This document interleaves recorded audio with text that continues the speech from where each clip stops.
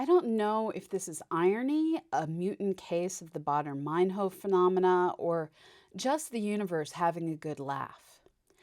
But the day after I told you in this very show that we hadn't yet found the neutron star in supernova 1987A, NASA and ESA put out press releases about how JWST had indeed just found the neutron star in the core of supernova 1987A. To be fair, they were likely trying to get the results published in time for the supernova remnant's 36th birthday. Don't try and say that quickly. And it just happened that that week's issue of Science published on the 22nd, after we recorded. C. Franson leads the paper. In his editor summary, K.T. Smith notes, quote, "They identified emission lines of ionized argon that appear only near the center of the remnant. Photoionization models show that the line ratios and velocities can be explained by ionizing radiation from the neutron star illuminating gas from the inner parts of the exploded star." End quote. It's still not a direct detection, but it's pretty good evidence that our models are indeed right. And when that massive star went kablamo and sent light our way, it did leave behind a super hot little core of matter. Here at EVSN, we will always work to correct our mistakes, update the science, and keep you informed about the latest news. It's just a bit weird when updates come one show later. In addition to this week's update, this week's episode is also going to bring you updates on the Grindavik volcano. We are happy to have back on camera Beth Johnson, who will be interviewing the VolcanoDoc, Dr. Melissa Scruggs. Before we get to that interview, we have news about the fastest feeding black hole found to date, and what radar can teach us about asteroids and more. This is Escape Velocity Space News, and I am your host, Dr. Pamela Gay, and I am here to put science in your brain.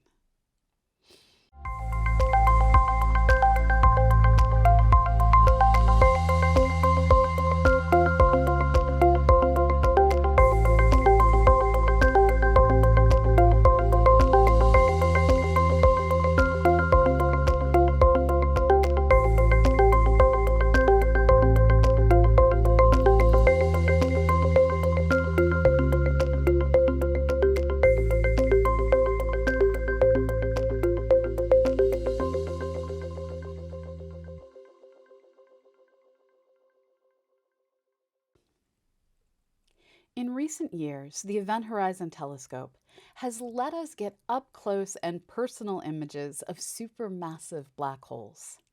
In the galaxy M84, we see a hungry giant with 1.5 billion solar masses of material.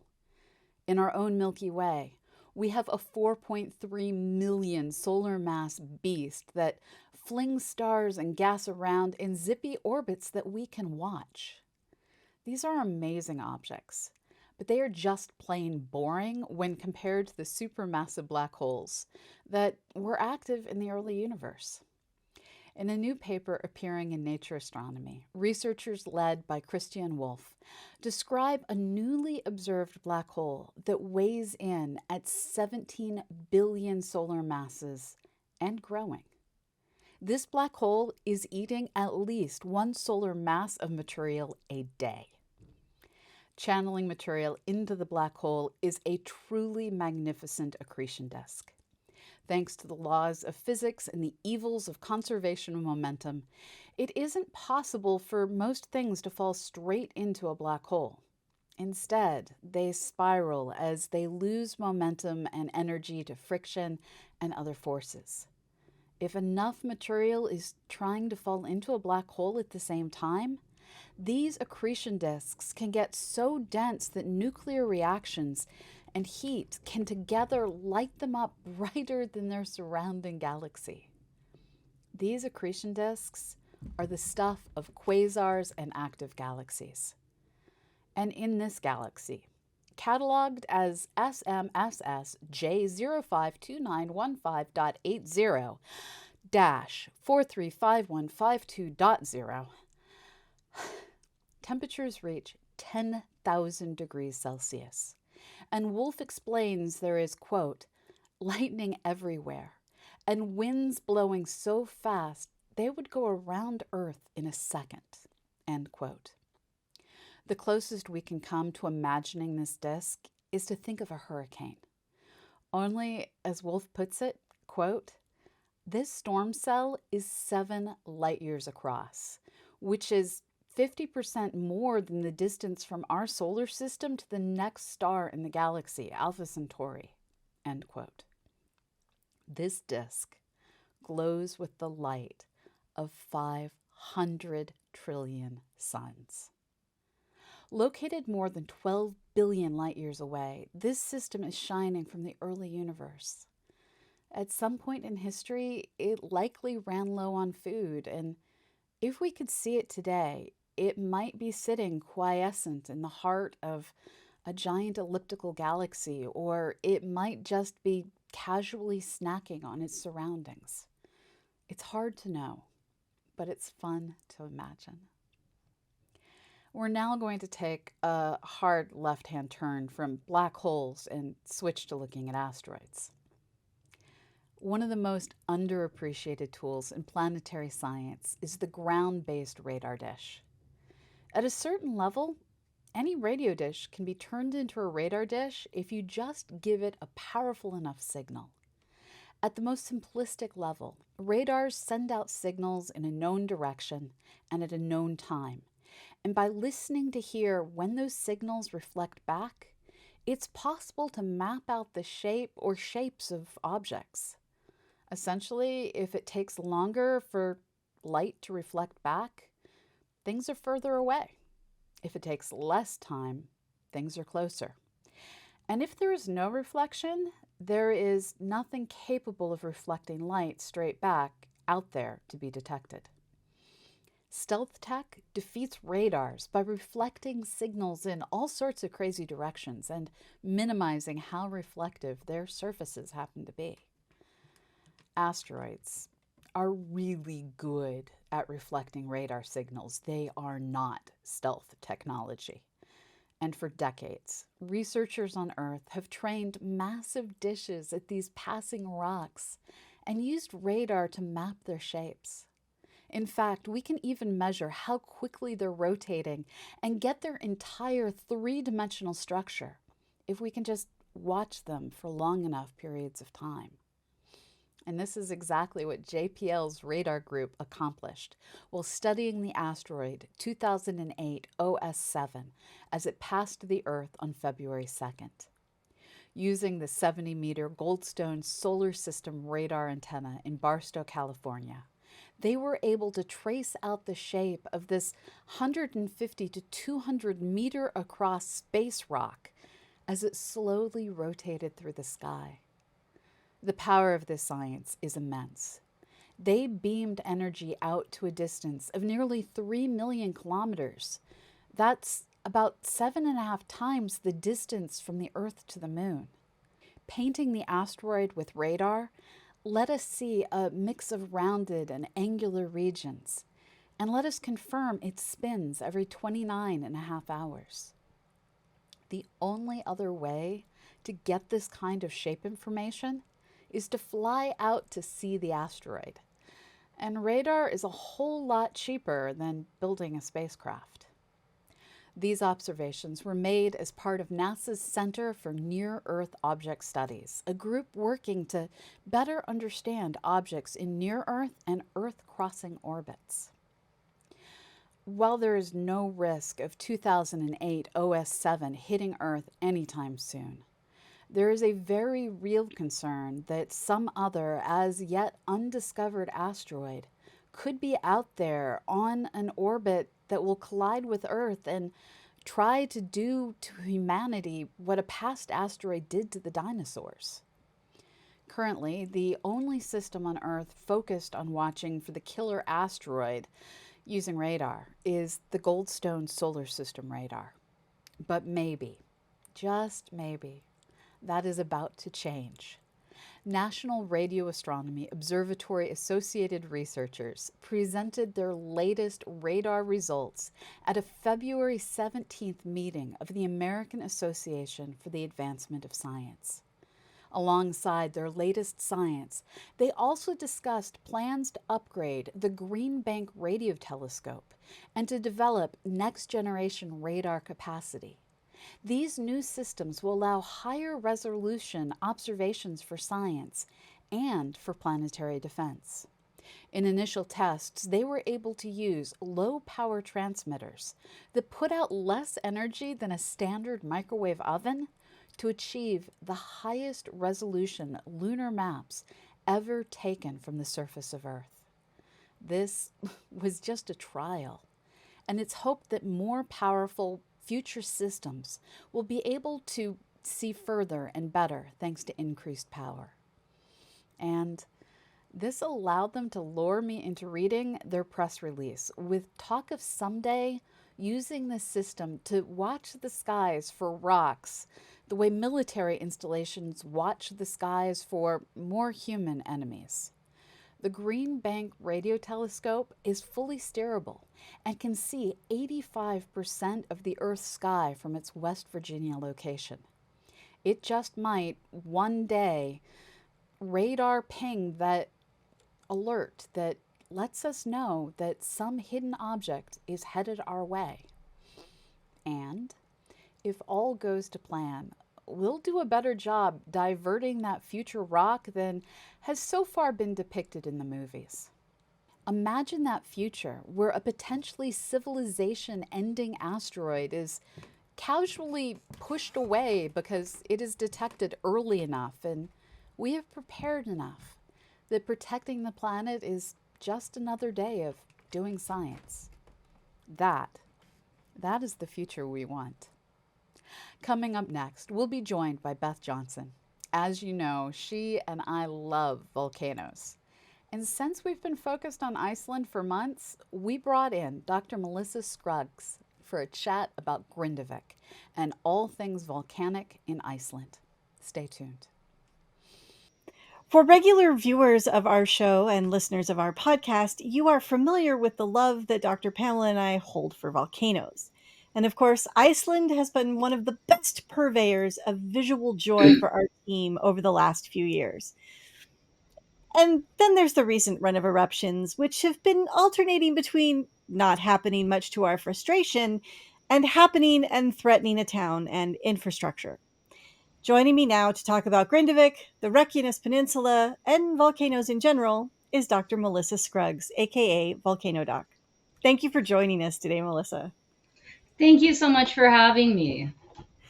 So, Melissa, this volcano, this series of eruptions, as I said, has been sort of alternating between come on, do the thing, and oh my god, don't do the thing. Oh my gosh, what are you doing? Not there. So can you tell us a little bit about the region, maybe some of the history and why this is happening where it is? Sure. So Iceland lies on the mid-Atlantic ridge where two tectonic plates are being pulled apart. And that allows for the magma to kind of come up and fill the space in between. You can't just have like a void space in the earth. Like you have to have something there, something has to fill it. And so just like in weather, things go from high to low pressure. When you're really, really angry, you want to explode and then things kind of calm down, just like volcanoes.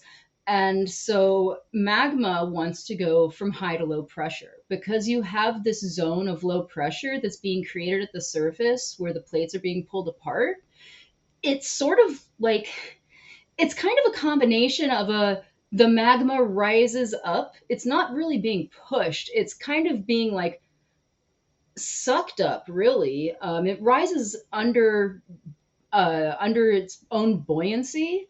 Mm-hmm. And then in this particular case, in the case of Grindavik, that buoyancy effect is coupled by a pressure gradient, and then on top of that we have the magma just trying to get out because there's not enough room. So all of the ingredients for a prolonged sustained eruption are in place, unfortunately. And on top of being on a divergent plate boundary, Iceland also lies on a hot spot. So that means that the mantle is much hotter than everywhere around it, which makes it a lot easier to melt. And so you have a lot of magma production at that one spot, which is why Iceland exists where it does.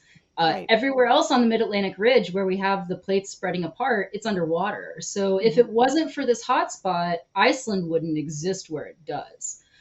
And So this all kind of started a few years back, correct? Like this particular series of eruptions, while this is what involves Grindavik, started back in, say, October, November with this particular emplacement. But we're also kind of counting what we've been watching over the last few years as well, right? That is also a subset of this. And I'm not going to try and say the volcano's name, but like the Little Hoker and those, that's a part of this series, correct? um, you're talking about Fagrastafiel? Yeah. Okay. I just wanted to make sure because I didn't want to speak for a different volcano. I just wanted to make sure we're on the same page. Yes, they are both related to what's going on. So, right now, the Svartsengi power station is a geothermal power plant. It's also right next to like the premier tourist destination in all of Iceland, which is the Blue Lagoon. The Svartsengi power plant is driven on geothermal energy. And that is because about 5 to 6 kilometers below the power plant is a very, very, very large sill of magma. And a sill is a spot where magma has accumulated and it's in between rock layers. It's not like cutting across, it's not going vertical. It's kind of horizontal and just hanging out at around the same depth, per se. Right. And the size of that sill is pretty large. It's about 80 million cubic meters. Wow. Yeah. I think that's going to be a number where you don't really have like a relation to that. Like it's a lot. Yeah. And so so this area underneath the power plant is the source for both the lavas erupted at Fagrasafjall and at this new eruption at the Sunduker craters, which is also the name of the eruption underneath Grindavik. What's the status of the eruption right now? Are we is it erupting right now? Or are we it's kind of come and gone, right? So everything sort of started in October and then we like waited and waited and waited and then one night you and I were like, "Oh my gosh, it's erupting. We've been waiting for weeks and finally." And then it sort of like it was almost over and done with within like a day or two, right? And then I think we've had at least two more eruptions since then. Are we still in that third one or have we quieted down again? So we had an eruption in December and then January and then on February 8th. So right now, it's not currently erupting. At the rate that magma is accumulating in this sill underneath, like underneath this Fartsengi power plant, it's expected that we might be looking at an eruption in the next like the chances start to go up a bit next week. So it's really trying to do like a monthly eruption here, isn't it? So that would because Roundabout, that's yeah. about to Roundabout. put it into March. So wow. I, Okay. I I like predictability in my volcanoes, but again, we are right by a town. What is the status of Grindavik right now? It's been evacuated. It was evacuated way back when stuff started. So I'm assuming it's still evacuated. Still a lot of things happening there. Um, are there Has the government said anything about when people are going to be able to return, or is it still basically just threatened by all of these eruptions? Icelanders are living with volcanoes. They have lived with volcanoes for hundreds of years, and they will continue to do so. And right now, the evacuation orders have been lifted actually as of February 19th. And so they've kind of, come to realize that we're on this roughly about monthly eruption timing. It's not a period of time, it's an amount of volume, an amount of magma that has accumulated. Now, on November 10th, 80 million cubic meters of magma moved from this magma domain into this laterally propagating dike over a 6-hour period. Like, insane. And that's why, you can look on Twitter and you see videos of earthquakes where you hear the shaking and things are like you hear the pots moving, but the camera's not, because it's literally the earth breaking underneath the ground, which is, oh my God, so terrifying. Right. And that's what happens when you have that much magma move in a 6-hour period. It caused cracks that were like 4 feet, like over 1 meter. In fact, the cracks were so big, a worker disappeared down one and was never found. Yikes. Like, that's the only death that's been attributed with this eruption, is the worker who fell down the crack. He was an emergency responder, I believe. But so that much magma went into this dike. And then it just sat there, right? So it sat there from November 10th to December 18th. Mm-hmm. And then in December 18th, it erupted where it says Sunduker Crater Row, kind of like up in that zone, in the north, which we were all really thankful for, because we were very concerned that it would be erupting underneath Grindavik. Right. I think even when this intrusion first in place, this big amount of magma first emplaced itself in this dike structure, we were very concerned that, the magma moved this fast. Will it come to the surface this fast? And so, when you're saying, oh, will it go? Will it go? All of us volcano scientists were just like, oh my gosh, is it going to go or is it not? Because there's huge consequences when you have this happening underneath a town. Right. With Fagrastafjol, when it's erupting out in the middle of nowhere in this lovely valley, and you can go visit, it's great, and it's a fantastic tourist attraction. And this is one of the reasons why I say disasters aren't natural, because you can have the exact same situation happening, and the magma's even coming from the same freaking place. But if you put it under a town, now we have a potential disaster, right? Mm-hmm. Instead of a lovely vacation. Wow, it's a lot. As Dr. Pamela and I always say, we do love our eruptions. We don't love them when they threaten people. So, everybody take care, be safe. And we will be checking in on this, I think, for a while. So if you have questions, feel free to send them in to the show, and we will do our best to get those answered in future episodes. So again, thank you, Melissa, for being here. Everybody, this is Dr. Melissa Scruggs. You can follow her online at VolcanoDoc. And she also has her own Twitch stream if you want to go watch her talk about volcanoes. And she will run some of the live eruption streams when they're available. I'd like to thank Beth for that amazing interview. This week, I'm getting to sit back and learn, and I like it. But where the show gained one Beth, we are temporarily short one Erik. So I'll be presenting this week's news from the launch pad. A lot of missions have gone up in the past 2 weeks, so we're going to dive straight in.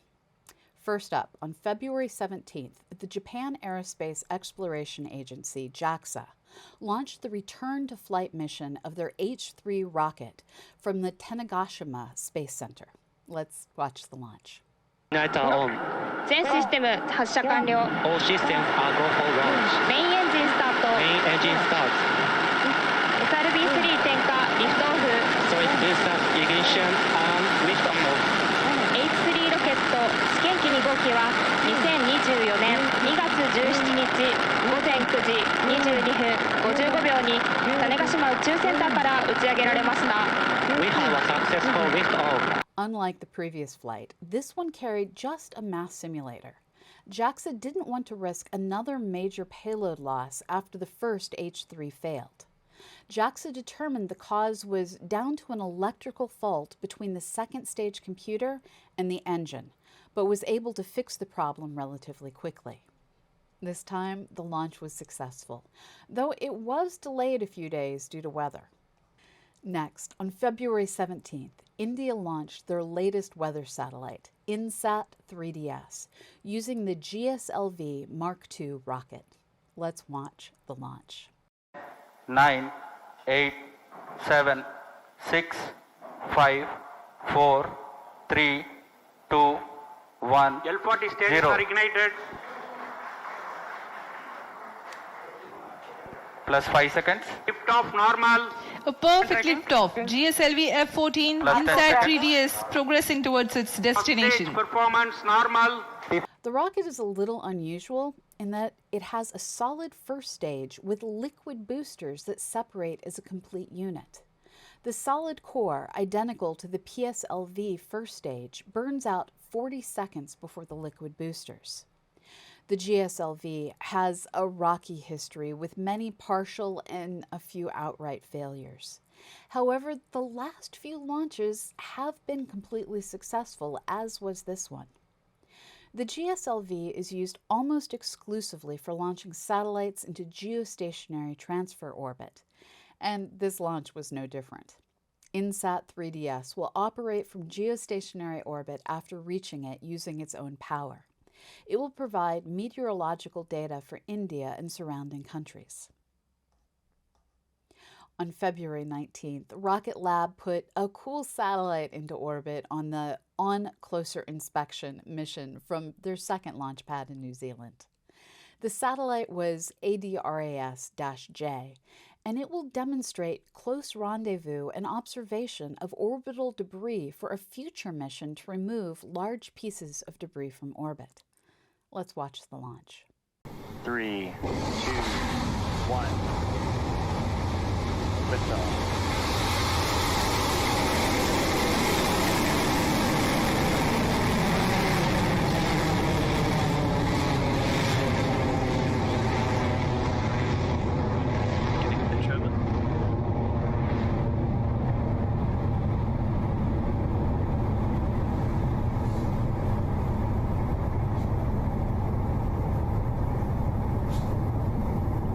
Stage 1 propulsion holding. The target of this mission is an old H-2A second stage that weighs about 3 tons. ADRAS-J will be the first commercial spacecraft to conduct rendezvous and proximity operations around a piece of space debris. The precise orbit of the stage is not known. The spacecraft will have to find it with some help from the ground and then make a closer rendezvous by itself. This process will take several months. The launch on an Electron rocket was successful. No recovery attempt of the first stage was planned or attempted. On their one and only, not Skytrash, Skylink launch this week, SpaceX launched the HTS-113BT satellite from Indonesia. This is a standard high-throughput communications satellite for PT Telkom Satellite Indonesia. Let's watch the launch. 4, 3, 2, 1. Ignition and liftoff. Go southwest. Go southwest.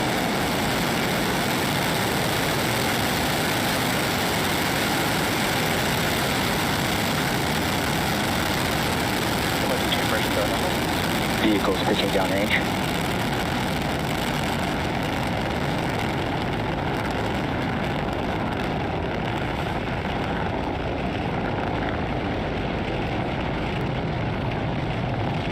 The Falcon 9 launched from Slick 40 and deployed the payload into a standard geostationary transfer orbit. Its first stage completed its 17th landing on the Just Read the Instructions drone ship. Then, on February 22nd, the Initiative Machine's Nova C lander successfully touched down on the moon, the first American spacecraft to do so in 52 years. But the landing wasn't without its challenges.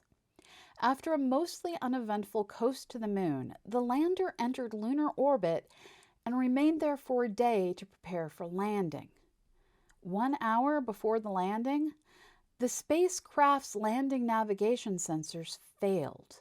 The company's engineers came up with a plan to use a different navigation system that was being carried as a demonstration as the primary landing sensors. The software patch took an additional lunar orbit. Once that was complete, the landing proceeded as planned. Sort of. Immediately after touchdown, Initiative Machines was unable to get a signal from the lander, but after some minutes, a very faint signal was received. Initially, they stated that the lander was upright and receiving power, but getting a faint signal because its high-gain directional antennas weren't pointed where they expected it to be. As it would turn out, only part of this statement was accurate. Those high-gain antennas were not pointed where they thought. In a press conference the day after landing, Initiative Machines provided a series of updates on the vehicle. It turns out that the lander fell over after landing, but fortunately, the side of the spacecraft that rested on the moon only had a passive art piece on it. The reason it landed on its side, potentially kilometers off course, well, someone forgot to flip a switch on the primary laser altimeter during pre-launch processing. The lockout was meant to prevent the laser turning on accidentally during ground handling because it's not eye-safe. So the team had to ask NASA to use their LiDAR backup instrument on the lander and reprogram the landing software to use those cameras an hour and a half before landing. In normal space software development, this would have taken months. The NASA LiDAR was less accurate than the primary system and was only supposed to operate in shadow mode to gain more data on how it would function for future missions. Instead, it leapfrogged several technology readiness levels in an orbit in an afternoon. The really shocking part is there is no test of the primary rangefinders prior to lunar descent initiation. They just assumed they would work based on ground testing and had no plan to test them before doing the descent burn. If they hadn't noticed weird data while waiting in a slightly lower orbit than planned, the vehicle would have crashed into the moon. This series of errors should have been caught at multiple steps, but went unnoticed until lunar orbit. This is a stunning example of process control failure on Initiative Mission's part. While the CLIPS program, which supports low-cost missions with minimal NASA oversight, allows risk and expects failure to happen, it's important to call out these errors.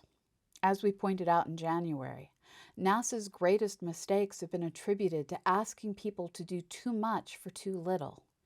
And once again, NASA seems to be asking folks to do great things with potentially insufficient support. The good news is the solar panel on the top of the lander didn't break during the fall, and it is still, or it was when we wrote this, still providing power to the spacecraft. Shortly after we wrote this and before we recorded this, it was announced the mission was losing power and going to die. The mission returned some data from most of the scientific instruments, even in its off-nominal condition. The one instrument that did not return data was the critical NASA experiment on observing the plume of the lander touching down on the lunar surface. It never activated because the IMU thought it was 100 meters higher than it actually was from 15 kilometers altitude down to the surface. There were other things that were more completely successful, however. For instance, on February 23rd, China launched the TJSW-11 satellite into orbit on a Long March 5 rocket from the Wenchang Satellite Launch Center. TJSW-11 is a military communications satellite that may also have a technology demonstration mission. On February 29th, Russia launched their latest weather satellite, Meteor M2-4, into orbit from the Voskosmy Cosmodrome in far eastern Russia. Meteor is a long-standing class of weather satellites going back to 1964. This is the fifth successful launch of the latest series. Also on February 29th, China launched the WHG-1 satellite, meaning high orbit internet satellite, on a Long March 3B rocket into geostationary transfer orbit. Nothing is publicly known about what it will do there. There were also 2 launches in addition of Starlink satellites. We track launches with the help of RocketLaunch.live. So far this year, the United States has had 22 launches, China has had 10 launches, India, Iran, Japan, New Zealand, and Russia each have had 2 launches.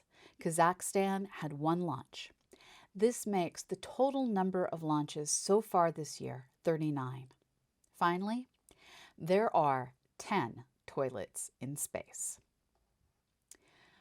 More often than I like to think about it, we mention that we don't know a lot about this or that launch payload because it is probably, or it is totally, a spy satellite, or more politely, a military payload. This, among science circles, leads to a lot of just imagine if we had that much money for science kinds of thoughts. And somewhere along the lines, one young researcher asked, well, what if we repurpose their data for science? Spy satellites are nothing new, and over the years, data from old missions has been declassified and released to the public. In this vast wealth of data are images of most of our planet that were taken with the absolute best imaging technology of the past. And this is data that can now be used to understand how our world is changing. In a new paper in Bioscience, Catalina Mantinet and collaborators review the potential for spy satellite data to allow detailed studies of how our environment has changed, with implications for ecology, conservation, sociology, and more. This is the ultimate trove of data for exploring how humans have changed their footprint on the Earth across decades. And much to my surprise, accessing this data was as easy as Googling declassified spy satellite images. The USGS Eros archive hosts a variety of images taken from 1960 to 1972, and you can access all of them through the USGS Earth Explorer interface. They aren't at the level of detail Google Maps has accustomed us to, but they are amazing to see city sprawl and other large-scale changes to our world. And that's it for now. Good night, everyone, and remember to go out and look up.